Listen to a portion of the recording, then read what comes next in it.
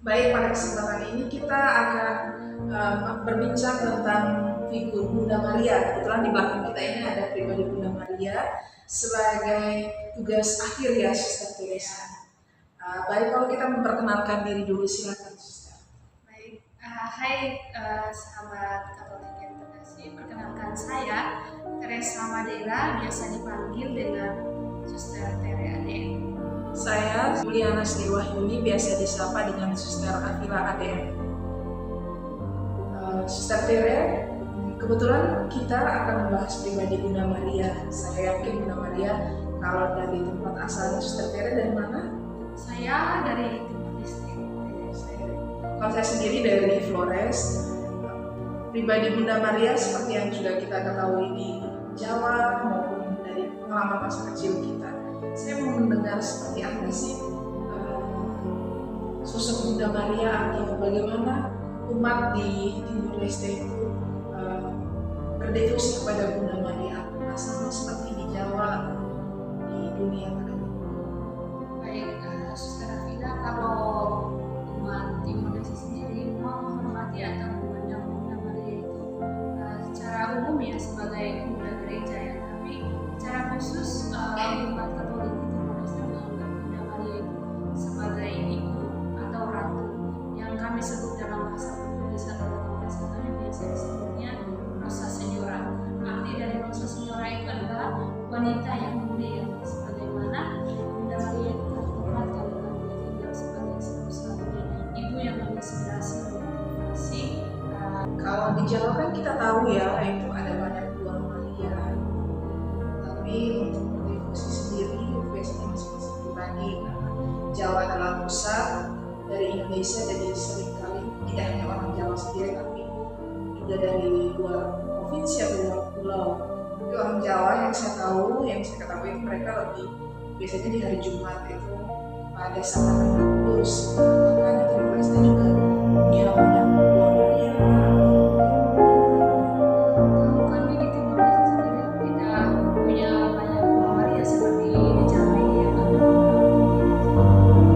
kami punya kurang lebih sekitar 10 ini berada di tempat yang disebut Sumber. Di sana ada satu yaitu sekitar ada seperti tempatan yang itu susu Sumber. Jadi setiap tahun kita berdoa sedang kami dan kita di sana orang itu sungguh-sungguh menyanyikan dia mau dan tidak membawa dosa ketika dia ada di atas kita tidak membawa dosa ada tempat yang lain untuk kita sebagai yang sungguh-sungguh sedang melaksanakan itu juga dikunjungi umat pada saat-saat kita Seperti yang kita tahu bersama, kan biasanya kalau bulan Mei sama bulan Oktober itu kita harus Bunda Maria akan kalau di sini ada prosesi atau mungkin ada bisa kalau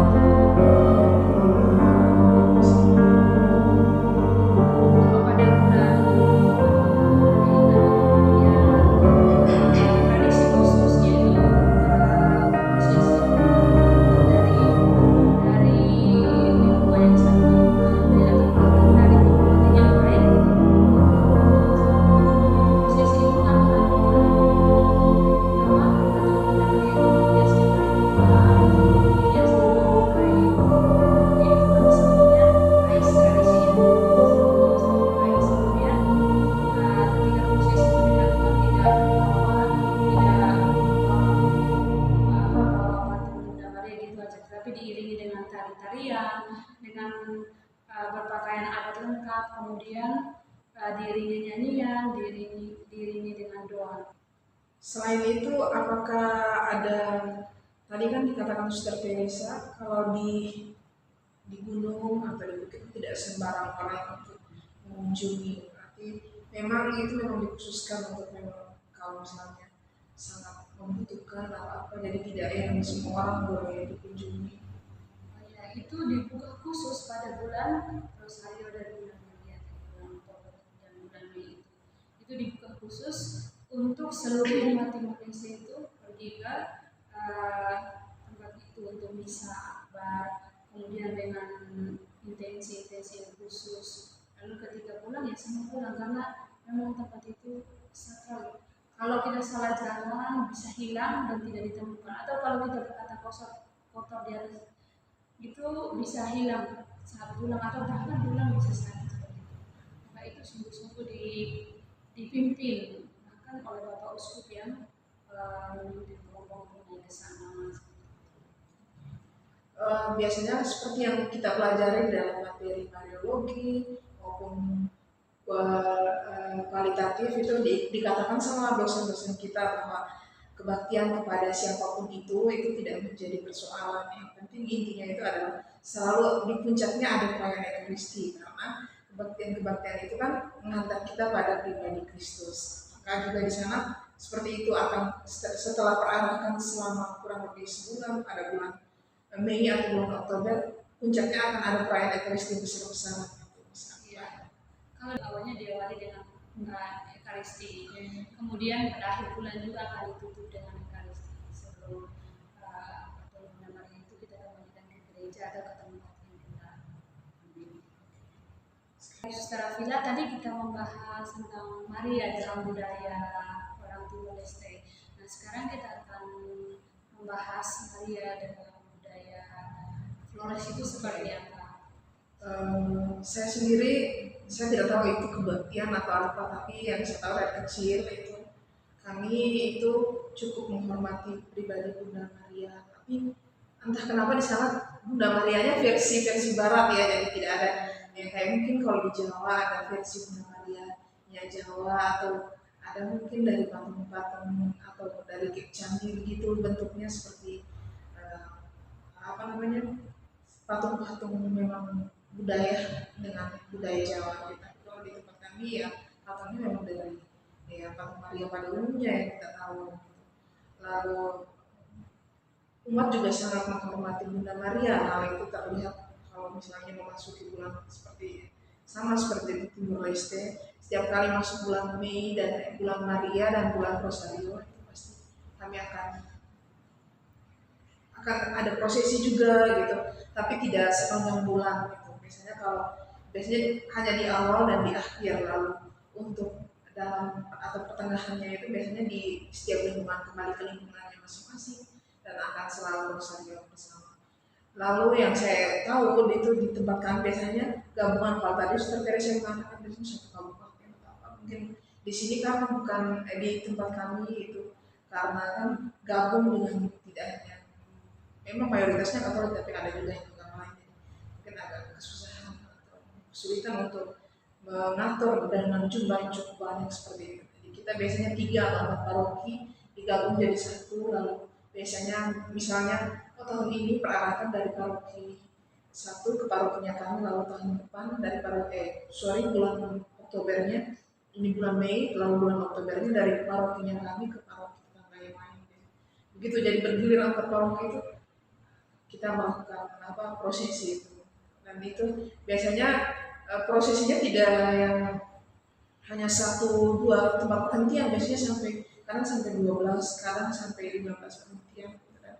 Tadi seperti yang diceritakan Ustaz Tere, itu kami juga ada surat terima dari masing-masing kayak itu lingkungan dan itu cukup meriah. Biasanya sama seperti Suster Tere tadi, kami juga kebanyakan menggunakan misa inkulturasi, jadi dengan budaya meskipun sama-sama dari Flores, tapi biasanya menggunakan pakaian adatnya masing-masing dengan suku masing-masing. Lalu apa yang mendorong umat atau yang memotivasi umat untuk menghormati Bunda Maria segitunya, seperti mereka ikut prosesi lalu mempunyai devosi khusus kepada Maria, itu apa yang membuat mereka?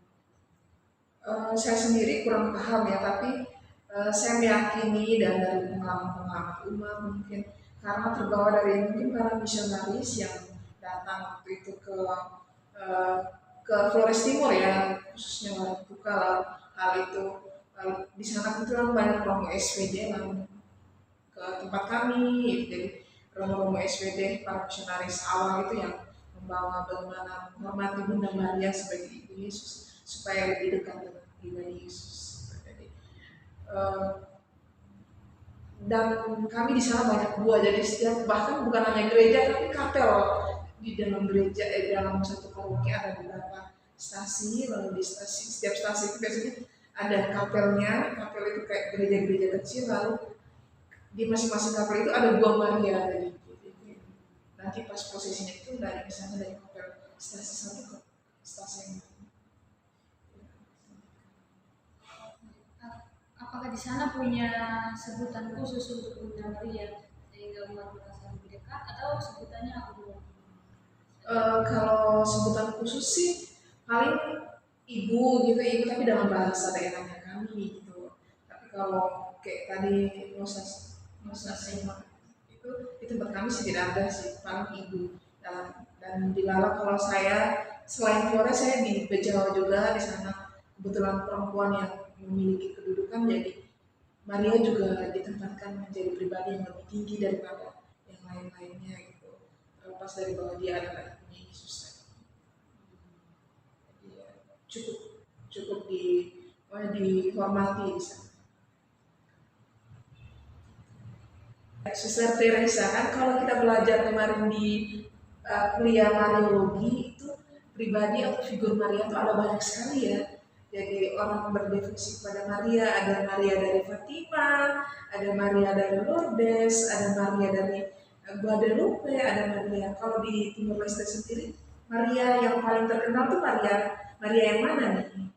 Nah, yang sejauh yang saya tahu ya, yang paling terkenal di sana itu ada dua, yaitu Maria de Fatima, itu kan disebut dalam bahasa Portugis itu Nossa Senhora de Rosário de Fatima. Kemudian yang kedua itu Maria dari Lourdes, yaitu kami sebut Nossa Senhora de Lourdes. Nah, itu yang dua ini yang menjadi pribadi Maria yang ya sangat memotivasi, sangat menggerakkan hati umat untuk berdevosi kepada Maria dari Lourdes dan Maria dari Fatima. Ya, baik. Kalau di tempat kami biasanya ya dua tadi juga yang Maria dari Lourdes, Maria dari Fatima, lalu ada satu lagi namanya Maria segala bangsa itu ya kami juga cukup menghormati. Tapi yang paling sering ada patung Bunda Maria di setiap buah itu atau figur Maria yang Bunda segala bangsa. Bahkan ada mungkin beberapa waktu yang lalu ada atau berapa abad yang lalu patung-patung Bunda Maria itu kebanyakan yang kalau yang besar, yang tinggi, yang di atas bukit yang bisa dikunjungi oleh semua orang itu biasanya itu Bunda Maria segala bangsa. Jadi lebih lebih bisa diterima oleh semua orang sih dari mana itu ditempatkan. Mungkin karena kita tahu bahwa kalau segala bangsa kan tidak akan membantu dari ini dari sini. Jadi semua orang boleh menerima. Itu dipandang sebagai pelindung untuk semua orang gitu ya. Iya, jadi tidak ada kayak diskriminasi dari tempat ini atau dari tempat ini. Kita ibaratkan karena dia Bunda Maria segala bangsa, jadi dia bisa merangkul kita dari bentuk dan dari manapun kita berada. Baik, secara Villa, terima kasih untuk sharingnya atau berbagi pengalaman tentang Maria dalam budaya Flores atau Maria dalam perspektif umat Katolik Flores, itu yang sangat memotivasi saya dan juga sebagai suatu pemahaman baru bagi saya. Saya juga mau mengucapkan terima kasih bahwa ada hal-hal baru. Tadi kalau misalnya saya tidak tanya, mungkin saya tidak tahu kalau di sana ada sebutan khusus untuk Bunda Maria gitu. Oh ya, bagus juga. Lalu untuk pengalaman-pengalaman bahwa kalau di tempat kami hanya suku atau hanya lingkungan, di tempat kalian ternyata lebih besar dari bisa kabupaten, 1-2 kabupaten gitu. Itu pengalaman yang luar biasa dan tidak mudah untuk kita malam ini. Itu tadi kebaktian kepada siapapun, kita kembali lagi itu terutama kepada Bunda Maria itu seperti istilah kalau dalam bahasa Latin apa namanya? Yesus per Maria. Yesus per Maria ya. Kayak diingat bersama-sama ya kalau dalam bahasa Latinnya @Yesus per Mariam. Lebih dekat dengan Yesus melalui Maria gitu. Dalam bahasa Indonesia saja ya. Itu dalam mungkin di tempat Sister Teresa itu cara untuk dekat dengan Yesus melalui Bunda Maria, sama juga ditemukan cara untuk bisa lebih dekat dengan Yesus adalah melalui Bunda Maria. Dan kita berharap bahwa itu menjadi Bunda Maria tidak hanya sebagai perantara doa, tapi menjadi teladan kita dan perjalanan teladan seluruh umat Katolik di mana itu. Terima kasih untuk sharing-sharingnya. Sampai jumpa di lain kesempatan.